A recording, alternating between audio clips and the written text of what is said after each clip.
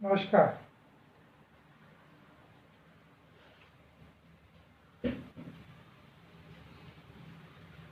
नमस्कार, मैं हूं डॉक्टर कमल गोयल। मैं ईएनटी स्पेशलिस्ट हूं द्वारका नई दिल्ली में। मैं आपको कोविड कोरोना वायरस से रिलेटेड कुछ चीज़ें बातें बताना चाहूँगा और समझाना चाहूँगा। जैसे कि अभी तक आपको सबको विभिन्न माध्यमों से पता चल चुका है कि ये कैसे फैलता है और उसकी क्या बचाव है। इसको थोड़ा सा और प्रिकॉशनरी वे में हम क्या कर सकते हैं। फैलता कैसे है? सिंपल, पर्सन से पर्सन, पर्सन से surface, then from surface to person. अगर किसी पर्सन को कोरोना है, चाहे उसको फीवर कफ के साथ में वो एक्टिव है जिसका पता चल चुका है, या वो एसिम्प्टोमेटिक कैरियर है जिसका हमें पता नहीं चल चुका है, जब वो आपके नज़दीक आता है तो aerosol via air droplet infection, वो इन्फेक्शन आपके अंदर आ सकता है। ठीक है। दूसरा, उसके जो ड्रॉपलेट्स हैं वो किसी सरफेस पर गिरे और आप उस सरफेस को टच करें, उससे वो आपके ऊपर आ सकता है। अब इसको रोकने के उपाय, चाहे वो एसिम्प्टोमेटिक हो या सिम्प्टोमेटिक हो, अगर आप डिस्टेंस मेंटेन कर रहे हैं और उसके ड्रॉपलेट्स आप तक नहीं आ रहे हैं, तो आपको उसका इन्फेक्शन होना पॉसिबल नहीं है पर्सन टू पर्सन के लिए। लेकिन जब किसी पर्सन से सरफेस पे गया और आपने उस सरफेस को टच किया और उससे अपने अंदर आया, तो आपको होना लाजमी है और आपको हो सकता है। तो उसके लिए आपको क्या क्या बचाव करने हैं? पर्सन टू पर्सन के लिए सोशल डिस्टेंसिंग, किसी भी पर्सन से कम 1 से 1.5 मीटर दूर तक ही रहना है। इससे ज़्यादा रहें तो और ही बढ़िया है। ठीक है। पर्सन टू सरफेस, इसके लिए जितने भी सरफेसेस आपकी जो फैमिली हैं, जो आपका घर है, उसके जब भी आप बाहर निकलते हैं तो ये मान के चलिए कि जैसे कि आप किसी सुरंग में जा रहे हैं जहाँ पे आसपास कालक लगी हुई है, तो घर में उसका थोड़ा सा भी कण आया तो फैलने का चांस है। तो कोई भी सरफेस जो आप छूते हैं, कोई भी सरफेस जो आप टच करते हैं, उससे आपको इन्फेक्शन हो सकता है।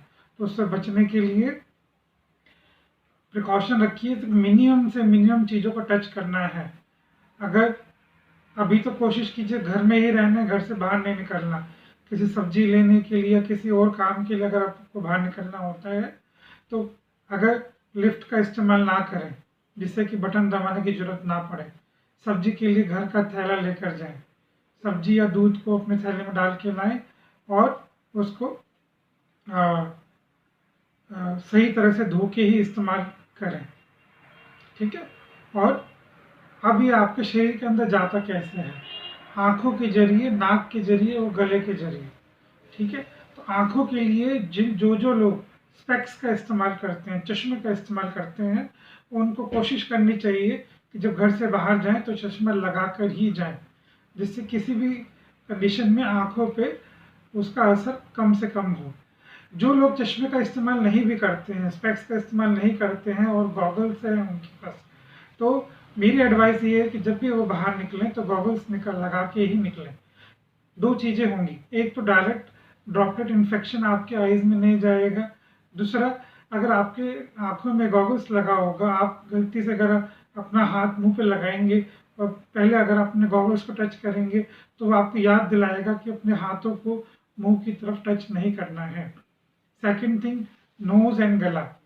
घर से बाहर निकले तो मास्क पहनना ही पहनना है, कोई इसके अंदर छूट नहीं है।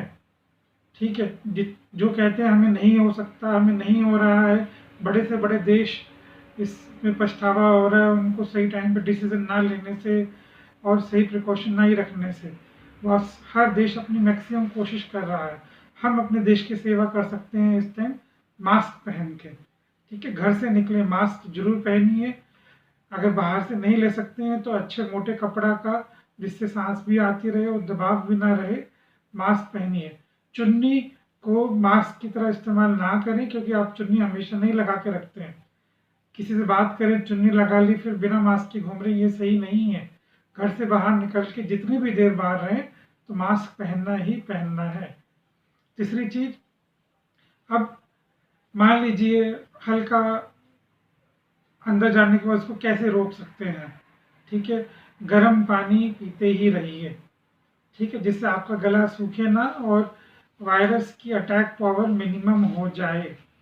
अपनी इम्यूनिटी को इंक्रीज कीजिए, प्राणायाम कीजिए, विटामिन सी रिच फूड्स लीजिए, ग्रीन लीफी वेजिटेबल्स लीजिए और अच्छा खाना का प्रयोग करें। अपने घर का बना खाएं, स्वस्थ खाएं। अगर किसी को तेज बुखार, सूखी खांसी इत्यादि की कोई दिक्कत है तो अपने नज़दीकी अस्पताल में और डॉक्टर को जरूर दिखाएं। घबराएं नहीं, इस बीमारी का इलाज है सावधानी। नमस्कार।